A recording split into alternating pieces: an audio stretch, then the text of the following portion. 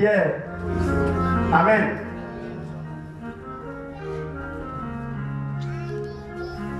Alléluia.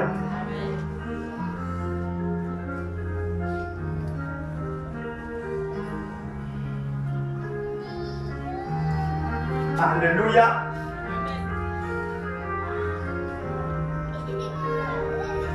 Vous savez,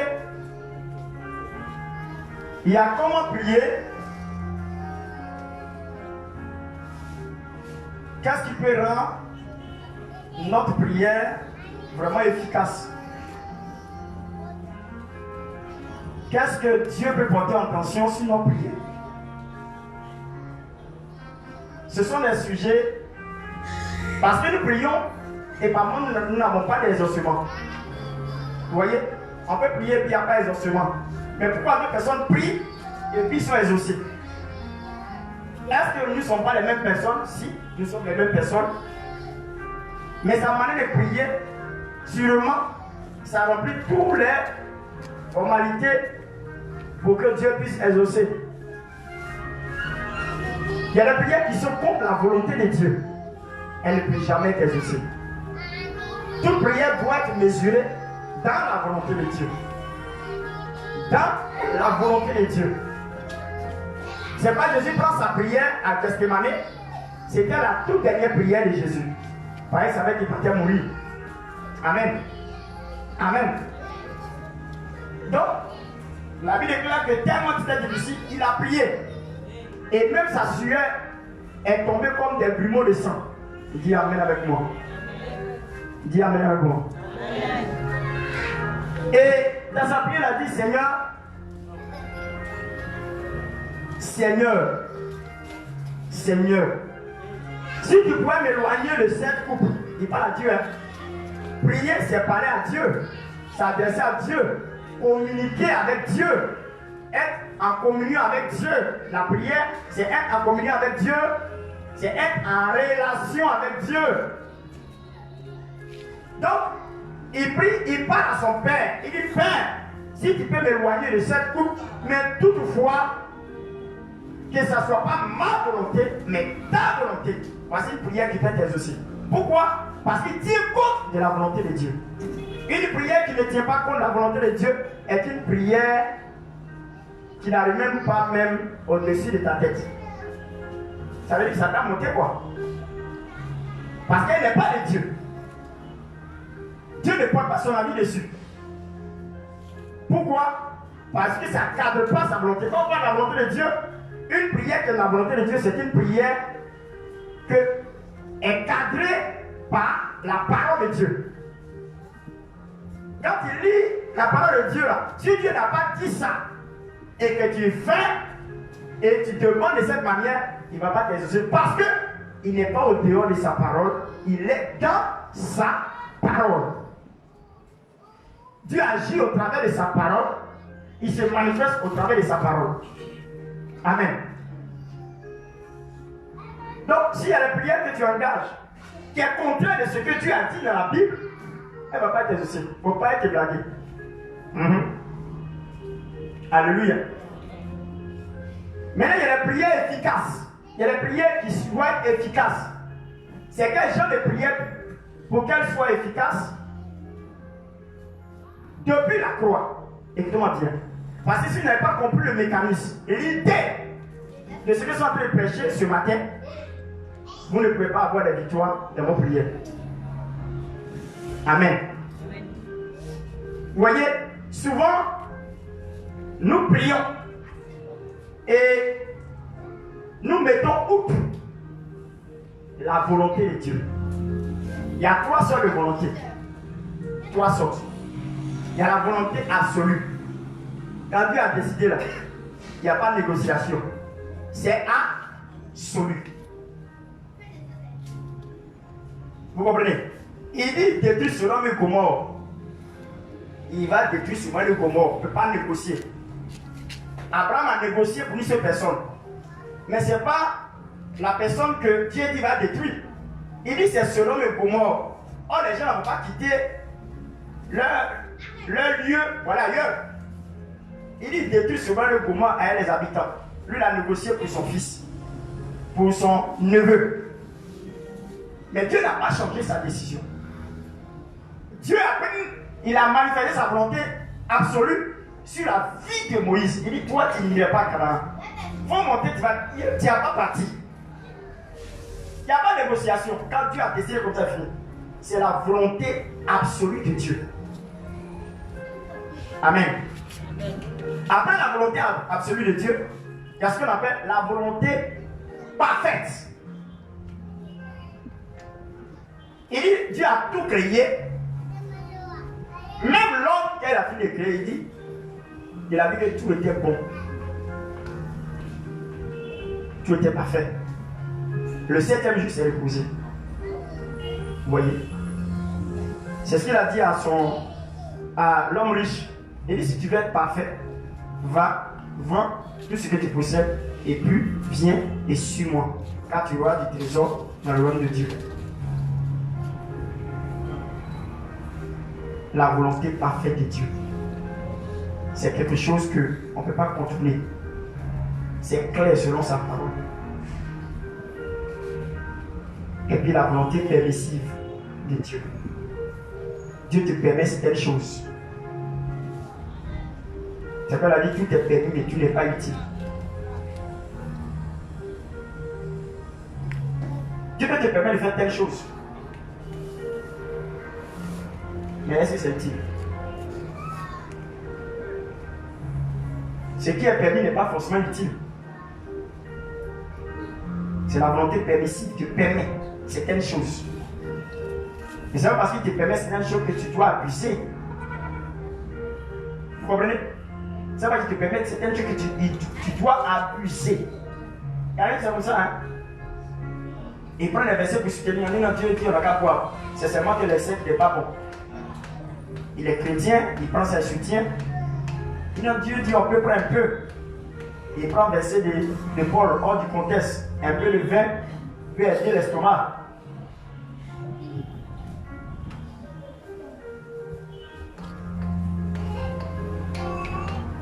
Quand tu te regardes, quand il te permet de boire là, c'est utile. Quand il y a pour toi, tu sais que quand tu bois un peu, tu es KO. On te ramasse cette bourrette. Mais ça là, c'est pas la peine de boire. C'est pas utile. C'est permis, mais c'est pas utile. Disons que Jésus même a bu le bon vin.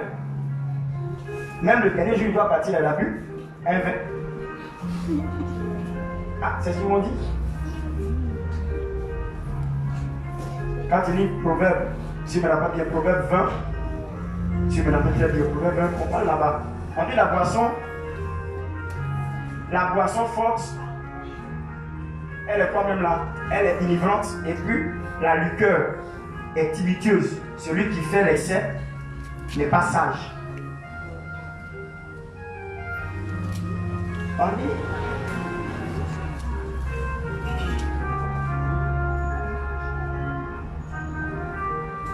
dit, celui qui fait l'excès n'est pas sage. Mais dis-moi, c'est elle qui a prévu de ne pas faire excès. C'est ça le problème. Tu vas t'asseoir, tu ne prévois pas que tu as fait excès. Au fur et à mesure que tu en vas, tu vas en profondeur. Vous connaissez plus perdu. Pour mettre au-dessus, ça ne peut jamais remplir. Tu appuies ton pied, la place. Tu mets encore, tu appuies la place.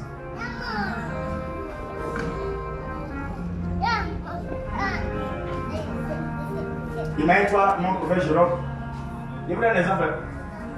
Je me lève, je vais m'asseoir dans un petit coin, un restaurant. J'ai un restaurant. Et puis il y a 2 grosses bières sur ma table. Et puis un de vous passe. Et puis ça flash dans ses yeux. Et là, passé pour que ça flashe. Attends. Et puis tu fais comme ça, Dieu même pour voir. Et c'est lui-même. C'est pas son jumeau. Dis-moi, ça fait quoi dans ton cœur? Hein? Ils vont dire pasteur. Comme lui, le pasteur là, il n'a pas droit à ça. C'est pas ça? Maintenant, vous posez une question. Pasteur, son chrétien, c'est pas même chez moi, on est en train de prendre aller au paradis là. Pasteur a prié à part. Pasteur a son jumeau à part. Et puis, les chrétiens, regarde, Dieu ne me voit pas parce qu'il me voit chrétien. Il me voit fils de Dieu. C'est un titre. C'est seulement un titre. C'est quoi si tu me dis, frère Jérôme, ça va pas me faire mal. Ça a enlevé mon son à ce moment. Et oui, moi, ça a enlevé mon son à ce moment. C'est quand tu as de l'orgueil, quand on dit ça, ça te pique comme ça, on vient t'en piquer un couteau. Hein? Toi, tu m'appelles frère. Hein? Je suis un homme de Dieu, tu m'appelles frère. C'est un titre. Ça peut bien enlever sur toi. Même si on t'appelle frère. Quand on donne le titre, c'est pour donner une considération, un respect à la personne, c'est tout. Sinon, amen. Alléluia. Donc le conseil que je donne là, c'est pas utile de boire, laisser. Parce que vous allez scandaliser quelqu'un un jour. La personne te prenait comme un exemple et puis te voit, tu es devant avec des bons dogmas. Voilà. Et puis tu es en train de faire. La personne dit, il te prenait comme un exemple. Souvent les gens disent non, c'était sur le passage, c'est demandé de bière qu'on en fait. Il a dit, chez moi ici, il ne faut pas boire une seule bière, il ne faut pas boire, il faut laisser. Pourquoi il dit ça là? Parce que ce n'est pas sage. La vie dit que le malheur peut arriver. Le scandale peut arriver. Mais malheur à celui qui apporte le scandale. Toi, tu sais que tu vas te dire qu'il n'y a rien. Mais là, le chrétien qui est à côté, qui est dans le même mariage que toi, là, il te voit loin. Oh, il te prenait comme exemple, il voit que tu es en train de boire 66. Il dit, ça choque dans son cœur. Toi, tu ne sais pas. Tu ne sais pas que la personne t'a pris comme exemple. Toi, tu ne sais pas. Mais tu l'as scandalisé comme ça. Elle va te prendre, la personne va se dire que tu es méchant comme les autres. Elle pensait que tu étais contraire. Mais vous êtes la même chose. Elle t'a classé dans le même rang des autres. Tu n'es plus l'exemple de la personne. Vous ne savez pas que quand on marche comme ça, on vit comme ça, il y a des gens qui nous prennent comme exemple. Hein? De loin ou de près. Moi, il y a des Congolais qui me prennent comme exemple. Ils me voient en direct chaque jour. Il y a des gens qui m'appellent. Je ne les connais même pas. Ils m'encouragent pour le travail qu'ils font. Je suis une référence pour les gens. Donc, il n'y a pas d'erreur que toi commettes. C'est vrai que l'erreur est humaine. Ouais, un peu. Mais, on doit faire attention pour ne pas être un scandale pour les autres.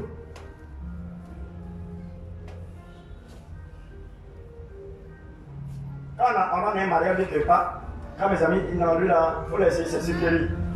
Lui, c'est supérieur. Voilà. Et même déjà, ils disent, si lui là, c'est supérieur, donc il faut laisser. Ne parlez pas de ça. Pourquoi? Tu peux prendre un verre de vin ou bien de liqueur pour creuser, pour manger. Hein? Pour avoir plus d'appétit pour manger. Mais à cause de ce que tu représentes pour les gens, tu n'as pas le droit de le faire. Tu deviens scandale pour eux. Pareil, tu es une référence pour les gens. Les gens te respectent et te considèrent. En faisant ça, tu ne sais pas quelle interprétation vont mettre à ton compte. Toi, tu as bien fait, pareil, tu t'es dit, tu vas te justifier. Non, c'était pour toi. Lui aussi, il va dire que moi aussi, c'était pour toi. Ah, ou bien?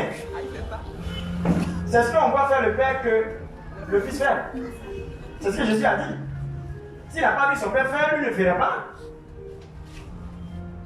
Aïe. On copie ici quelqu'un qu'on prend comme exemple. Dans ça là, ne pensez pas qu'un jour ça va m'arriver. Je ne suis pas dedans. Donc je demande à tous mes enfants spirituels d'être comme moi. Voilà. Vous qui buvez déjà, je vous attrape, j'ai cassé mon bouteille. Je passe les voies nettes. Je soulève et casse. Les gens vont demander il y a quel problème. Il n'y a pas de signe, non, c'est pas par là. Je suis son père spirituel, je lui ai dit de ne pas boire, mais il a pris me désobéir. Donc en même temps, il montre l'exemple. Et puis c'est fini, puis mauvais. Pourquoi? Parce qu'il veut que vous soyez des exemples. Amen. Regarde, je vais vous demander, je vais vous dire quelque chose. Un truc simple, vous allez comprendre que ce que sont dit est la vérité. Pour une simple bière sur ta table, peut te donner une mauvaise image. Quelqu'un peut te prendre quelqu'un d'autre. Oh, tu es bon chrétien. Simplement, hein, il ne va pas réfléchir ailleurs, mais par rapport à ça. Je vais vous donner un exemple. bien. La coiffure d'une personne, d'une personne peut le mettre en danger. Vous savez pas ça? Ça fait une coiffure bizarre. Ils sont raflés. Oh, tiens, une personne de bonne moralité, hein. Ils vont te mettre dans ta boue là. C'est que là, c'est faux, mais c'est vrai. Donc, c'est pas musulman. C'est pas musulman. Ton habillement peut te conduire quelque part. Non, moi, jamais raflé. La meilleure appelle ça assez. On dit bad boy. Ils sont raflés. Mais il vote bad boy là. Son nom même dit qu'il est un mauvais garçon. C'est son nom, bad boy, c'est en anglais. Bad boy. Mauvais garçon. Mais ça là, tu portes, et puis tu es dedans. Tu as l'onction du mauvais garçon. C'est les policiers de BAE qui ont te ramassé quoi. Ah, là, pété. Ils ont changé le nom maintenant, on dit pété. Ils sont pété. Quand ton fils joue bille et puis son genou, son partenaire est pressé là, tu le frappes. Il va dire papa, il est venu pour toi là aussi. Ah, ou bien, ton fils est en genou en train de jouer bille, tout ici est pressé. Tu vas lui dire quoi? Pourquoi tu as percé? Il dit papa, toi aussi, pourquoi tu as percé? Tu vas répondre? Tu as dit non, c'est comme ça son habit là est. Il dit non, je voulais faire quoi pour toi là, c'est à cause de ça. Hein? Tu es son exemple, il te suit. Et puis toi tu fais le contraire.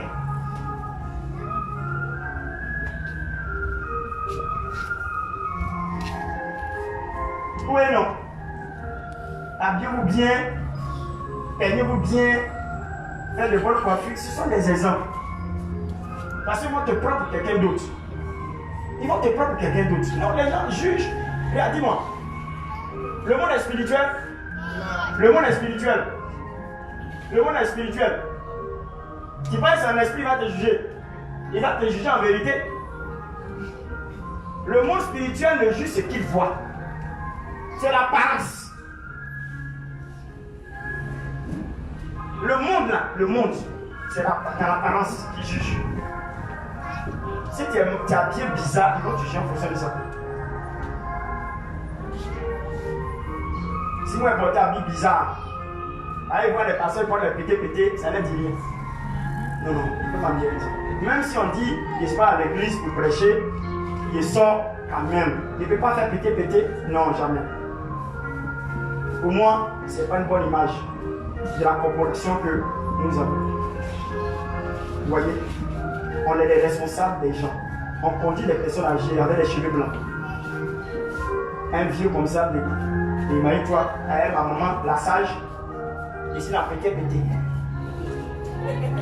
Moi, mais s'il y a un jeune garçon, là ils vont dire que maintenant c'est dépassé maintenant.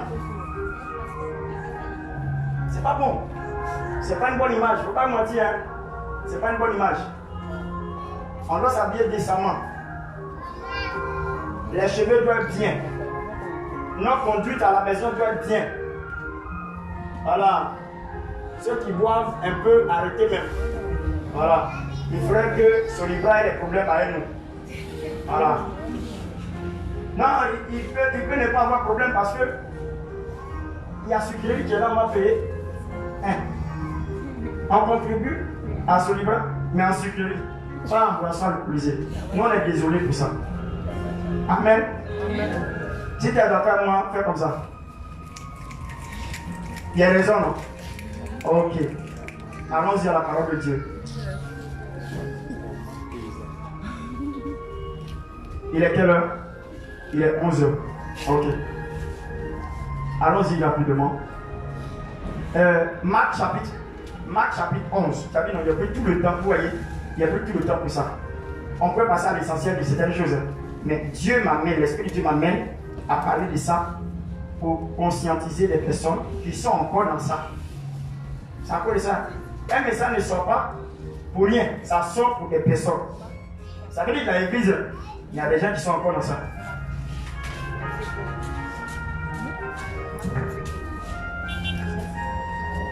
« 11, verset 24. » Écoutez bien, Jésus est passé quelque part, il a vu le figuier, et puis il est en train de parler. On va aller vite, allons-y. Marc chapitre 11, verset 24.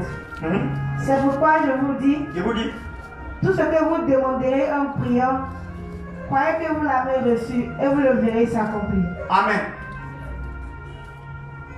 Il dit tout ce que vous demanderez en priant.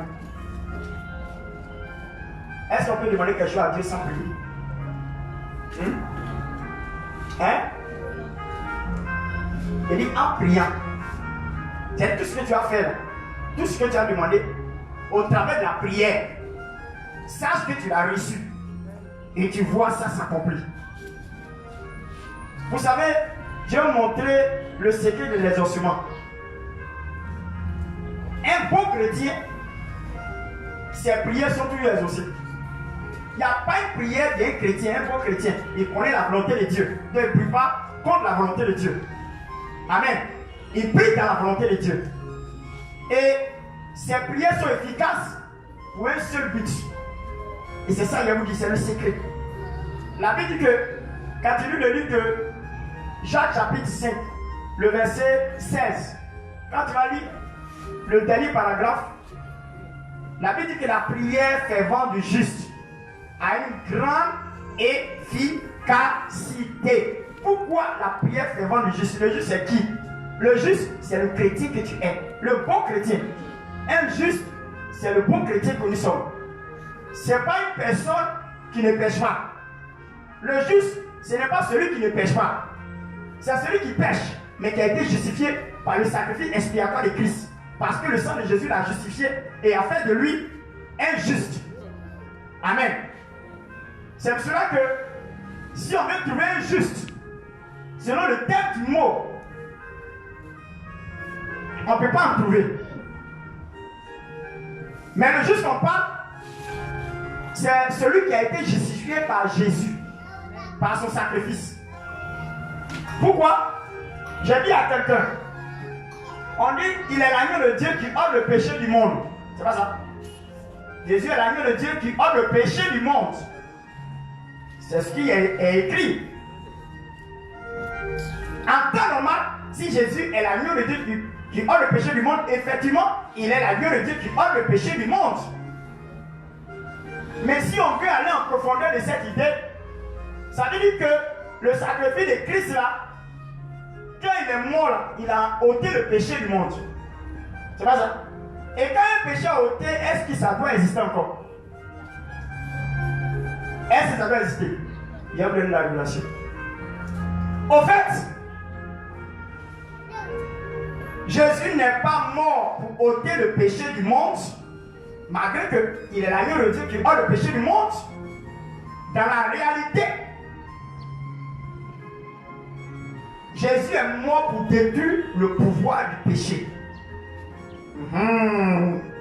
Parce que quand bien même qu'il est mort, qu'il a ôté le péché demeure. Dis-moi, tu ne pêches pas? Jésus est mort, non? Mais tu pêches toujours. Il est mort, mais tu pêches. Pourquoi? Le péché existe jusqu'à ce qu'on soit enlevé et qu'on soit dans la félicité éternelle, on ne parlera plus de péché. Mais tant qu'on est sur la terre, on parlera du péché. On dit quand ce qui est parfait viendra, apparaîtra, ce qui est partiel disparaîtra. Ce qui est parfait n'est pas encore venu. Ce qui est parfait n'est pas encore venu. C'est Jésus qui va faire son retour, il va nous prendre pour aller, c'est fini. On n'a plus de péché. Quand Jésus va nous permettre d'aller dans les airs, pour vivre 1000 ans avec lui. Amen. Les gens seront sur la terre pour la grande tribulation. On n'a plus de péché, c'est fini. Amen. Et jusqu'à ce que plus tard, on soit dans la félicité éternelle. Donc, on vous dit, le péché avait un pouvoir, une puissance, une domination sur l'homme. On était esclave du péché. C'est pas Caïn peut tuer Abel. Caïn est obligé de tuer Abel parce qu'il a hérité, il tue son frère. Pourquoi? Parce qu'il est conduit par le pouvoir du péché. Il n'y a pas encore eu de sacrifice. Il agit selon ce qu'il médit dans son cœur.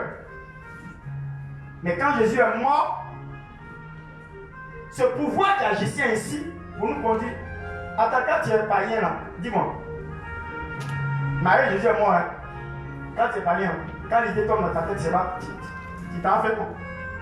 Si tu dois commettre des sales besoins, tu t'en fais. Mais quand tu es sous la couverture du Seigneur, par son sacrifice expiatoire, il te donne le pouvoir de dominer ça. Je vous l'ai dit ici un jour, Satan peut te prendre le péché, Satan peut te prendre par un démon, il dit va tuer quelqu'un. En principe, si Jésus n'est pas mort, quand il va tuer quelqu'un, tu vas en même temps. Tu obéis en même temps, tu en fais. Mais à cause du sacrifice de Jésus, quand il te dit il va tuer quelqu'un, il tue pas. Le fait de dire que je ne tue pas là, c'est le sacrifice de Christ à la croix qui a fait ça. Qui nous a donné la force de refuser les choses du diable. Pourquoi? On n'est plus sous le régime du péché, on est sous le régime de la grâce. Amen. On est sous le régime de la grâce. Et dans cette grâce, me dit, j'ai le pouvoir sur le péché. Or, avant, on ne pouvait pas avoir le pouvoir sur le péché. Et le texte qu'elle vient de lire, c'est pour cela que j'ai introduit ça.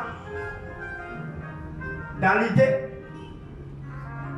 dans ce texte, la Bible dit que tout ce que vous me demandez en priant, sachez que vous l'avez reçu et vous verrez cela s'accomplit. Vous verrez cela s'accomplit. La prière qui est efficace, qui est capable, c'est une prière qui est faite par la foi.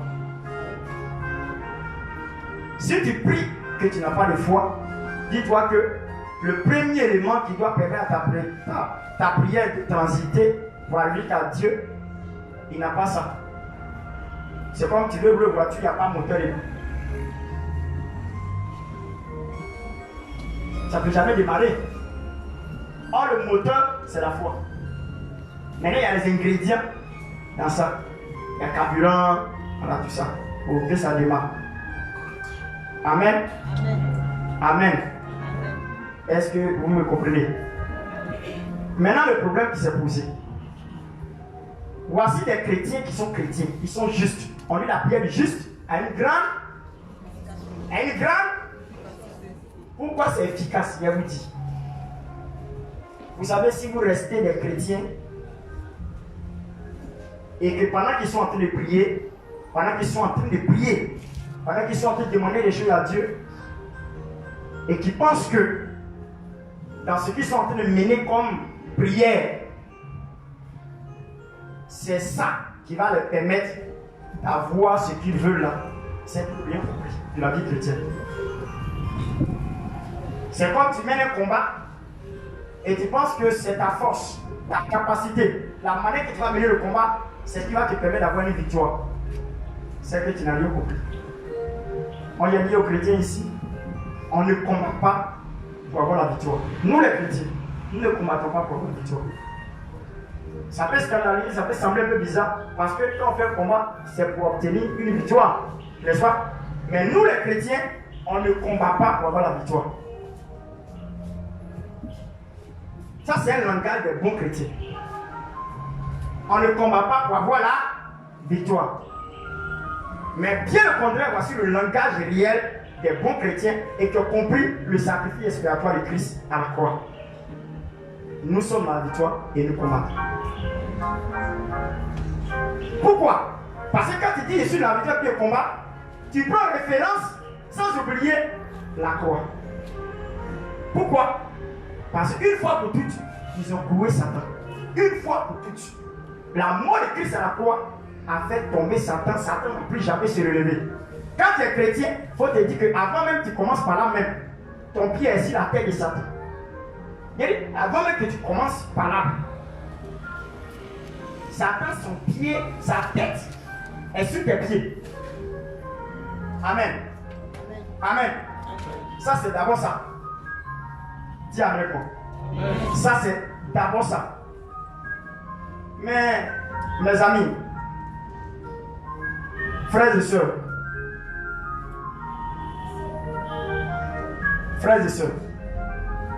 toi, tu as fait faire combat. Souvent même, il y a des biens. Les gens ne comprennent pas à faire des prières. Ils prient, je dis, Jésus, il faut venir faire ça pour moi. Fais ça pour moi. Il a pris le combat. Jésus, viens faire ça pour moi. Viens, viens faire, fais.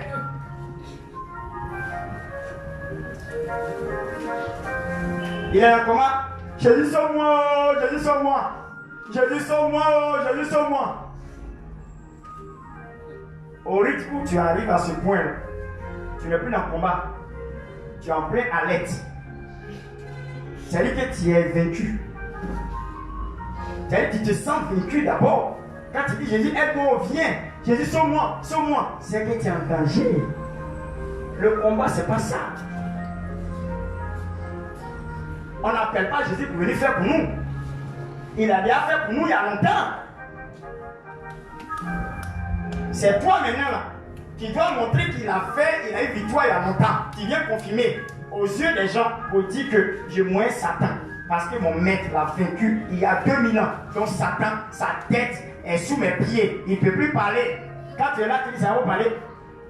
Parle. Tu parles. Il ne peut pas.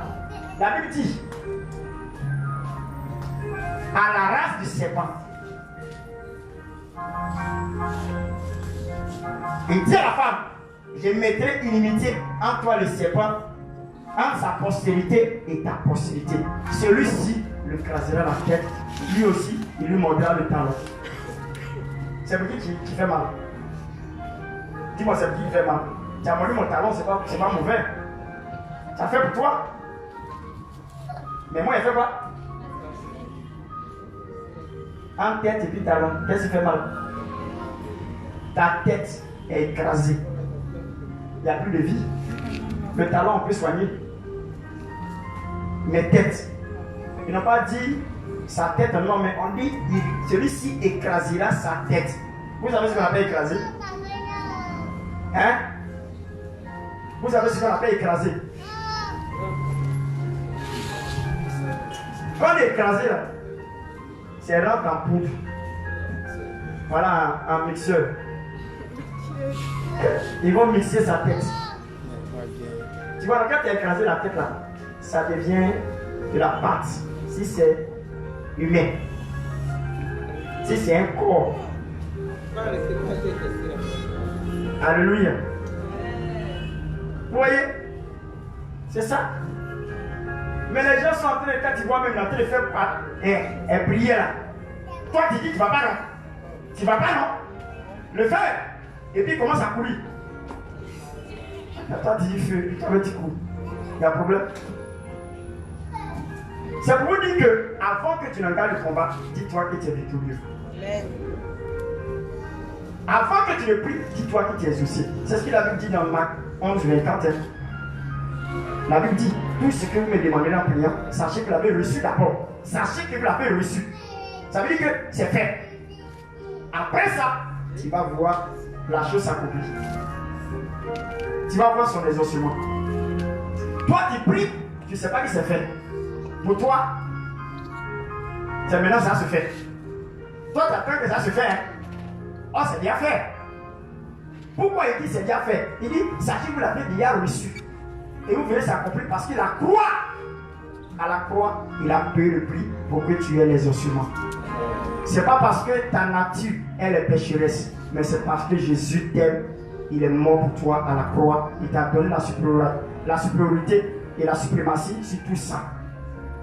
Amen. Voilà. Dis à ton prochain, Dieu t'a déjà exaucé à longtemps. Mais le problème, c'est que tu ne crois pas. C'est ça. Le problème, c'est que toi, tu ne crois pas qu'il t'a exaucé. Pas ou bien qu'est-ce que tu vas faire? Tu as déjà eu. C'est pour aller confirmer. Mais toi, tu ne crois pas que tu es là. C'est pas que tu es en train de lutter pour dire, hey, comment il fait pour voir ça? Quelque chose que c'est de ta main que tu cherches. Ils vont dire quoi? Tu es fou? Hey, quelque chose qui est de ta main. Et puis toi, tu es en train de chercher. Il y a un problème. Tu as quelque chose de la main. Et puis tu cherches. Où ça est? Où ça est même? Où ça est? Tu es une personne folle. Alléluia. Alléluia. C'est quoi la foi? C'est ça. Je vais m'arrêter là. Il y a d'autres versets. Vous notez ça.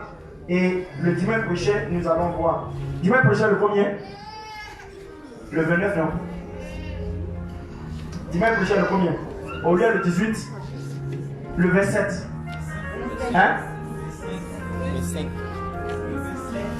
25? Ok. Donc préparez-vous, hein. Dimanche prochain, je veux que toute l'église vienne en jeûne. Toute l'église. Dimanche prochain, toute l'église vienne en jeûne. On va rentrer ce qu'on appelle dans l'optique de l'exaucement. Amen. Amen.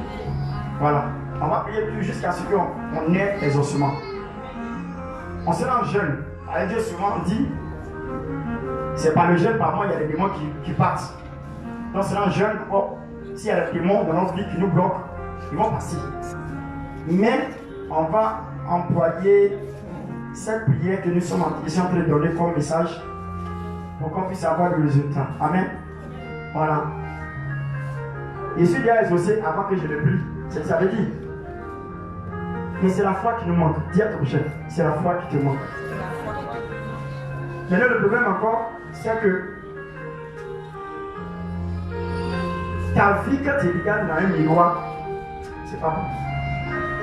C'est-à-dire quelqu'un qui est dans le péché là. Quand, en principe, si Dieu veut lui montrer quelque chose, quand tu vas te maquiller comme ça, là, quand tu es dans le péché, puis tu vas te maquiller dans le miroir. Si Dieu veut te montrer l'image que tu représentes dans le miroir, peut-être toi-même tu as fui le miroir là pour sortir. Quelqu'un dans le péché là, il est vilain. À quoi il est vilain? Le péché déforme. Le péché rend vilain. Vous comprenez?